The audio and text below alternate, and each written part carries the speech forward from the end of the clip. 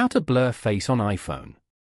To blur faces on your iPhone, first of all, go ahead and open up the Blur Photo application on your iPhone. Once you are in, you will see an interface like this. Now, tap on the Start from Photo button at the bottom of your screen. Then, you need to select a photo from your gallery.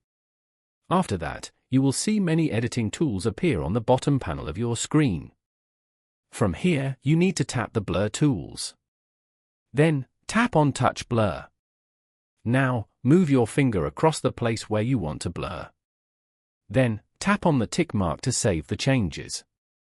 There you go, you have successfully blurred the photo. Once you're done, tap on Save at the top right corner of your screen. You can also explore other blur options out here according to your requirements and ease.